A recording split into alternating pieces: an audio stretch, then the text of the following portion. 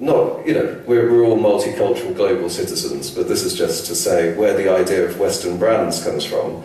And then with the West, particularly in its American form, you get this idea of the individual hero. This is the way to be on the frontier. This is the Wild West. This is Buffalo Bill's Wild West. This is Star Wars. This is two guys who create a global company. It's all about the individual myth of the hero. It's the thing baked into brands like Nike. Just look at these Athenian, godlike Western heroes of achievement, of sport.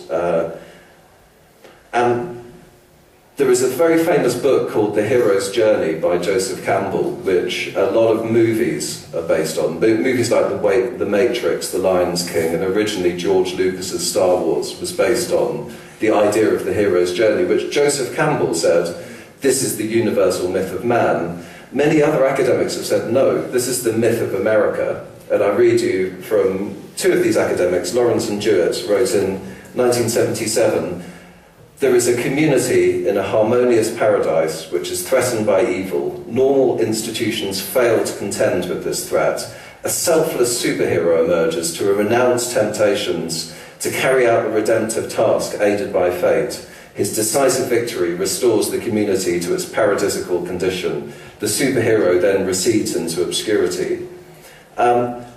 Which I find hugely ironic. We're going to be looking into the East, but if you look at the picture of George Bush, the formerly alcoholic and drug-addicted son of a great leader who emerged to selflessly rid the world of the axis of evil. And it was all a bit like a cowboy movie, and I think it really is baked into the myths of America, and therefore necessarily into the brands they produce, into the way that we look at, for instance, the heroes of the .com, I'll talk in a moment about brands that come from this culture, but they're about the ego, they're about the hero, they're about the individual. And it becomes interesting when you go into cultures which are not about the ego, about the individual, about the personality, but about something else. So I describe the epitome of a Western brand, and of course there's a great spectrum and scale, but it is the idea of being made by. So here is the social network, which is made by 24-year-olds who became millionaires, and it's all about their authorship. This idea of authorship, I've got the quote in a bit actually, but Foucault said that the quintessential Western idea is the idea of the author. It was the author that gave birth to the West, because that was the beginning of humanism, I suppose. Here is another famous brand author, Steve Jobs. And it's really interesting how many brands, even if they're apparently consumer brands, have this story behind them, that they're made by somebody, they're made by, sometimes by a culture, but often by an individual, a hero. And of course, it's not just American. Here is Coco Chanel, who was an amazing figure in her own time, who moved fashion from the corsets. She was in the time of the suffragettes and feminism and getting the vote and all of this, and she created a really new idiom, a new style, a new way of, not just fashion, a way of being a woman. And she epitomised this, and she created the world's first global brand, which was Chanel No. 5, before any of the American ones travelled. And it was made by, we still buy it because it was made by Coco Chanel. So here's the quote I mentioned. Michel Foucault, the French intellectual, said, "The coming into being of the notion of the author constitutes the privileged moment of individualization." I could read you the whole quote, but what he says is that all the little changes we've seen in the West are very small compared to one big change, which was the birth of the author, which gave rise to the Western culture, the media culture that we know now. And of course, you could just say, of course, things are authored. Until you start to meet cultures where there is really a profound mistrust of the icon. Imagine going to a culture where there were no religious pictures of a mother and her baby, or no pictures of people at all, because they don't trust iconography.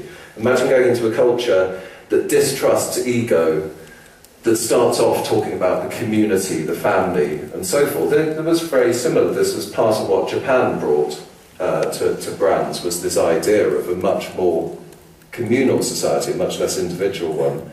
And perhaps something that's helpful for us, something that moves away from the narcissism that's always lurking at the edge of things like social media, Andy Warhol's world, where we're all famous for. I think it's really that we're famous for 15 readers, if we have a blog, rather than 15 minutes. But and so potentially we move into a world where we, like the cooking, we still have brands, but maybe they're made with rather than made by. And that opens the door to a whole class of things, some of which you'll recognise here, and you'll see examples here, and some of which you'll find quite different, like the lack of ham-on and alcohol in some of these cultures.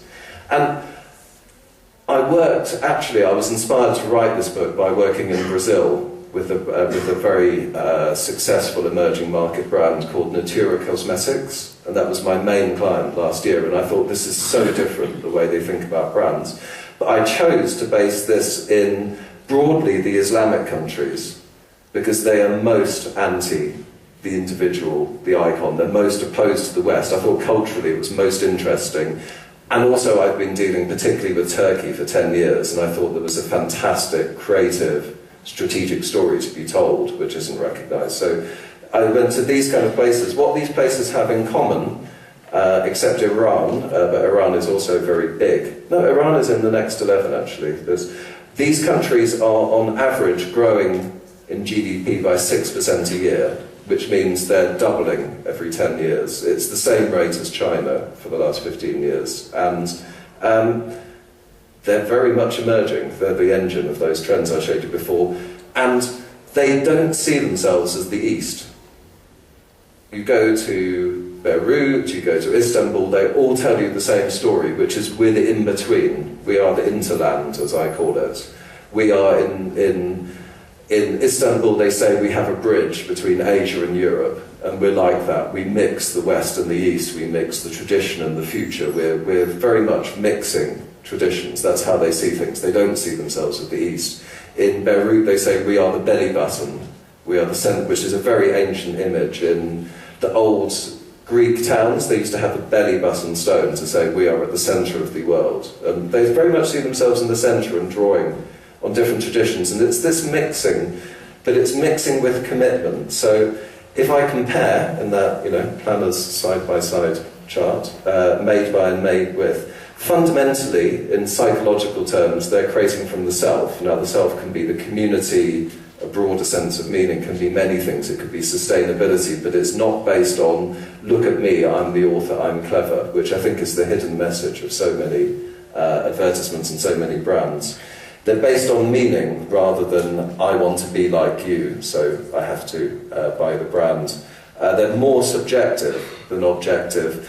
And there is this thing, they remix, but there's a lot of remixing in Western culture, but when artists and designers and creatives remix, certainly in my culture, it's a joke. Nothing has any meaning. So the ultimate remix was in Japan in the 1990s. There was a display in the window of a department store which was a crucified Father Christmas, which was a famous symbol in postmodernism, but you could only make that if both Father Christmas and Christianity mean nothing to you. So it's just symbols, let's put them together, it's funny, it's witty. And so all of that irony is very different when I'll show you some examples which are mixed with commitment and a sense of continuity in the new and tradition, but they're not a joke. So it's still mixing, but it's something different. I'll talk a little bit about this, but the key idea, the further you go into the Anglo-Saxon West, is the Cartesian idea of splitting. It is me, not you. It is us and them. It's the basis of most marketing thinking is positioning. This is for this kind of career woman who has this idea about herself, and it's always about splitting and saying, if this is you, then do this. And what if you found yourself in a culture where we don't draw these distinctions? It's kind of holistic. This is really what I learned in Brazil. They said, stop bringing your charts with this and this. Let's talk about how these opposites unite, and they're much more philosophical and broad, and trying to make everything more systems thinking in a way. So you get to and, a lot of ideas with and, rather than either or. And it's developed with the past. You don't have this break with the past of the frontier, where everything is like Star Trek, everything is new. We have no history. but actually making things with the past and creating something new with the past, which I think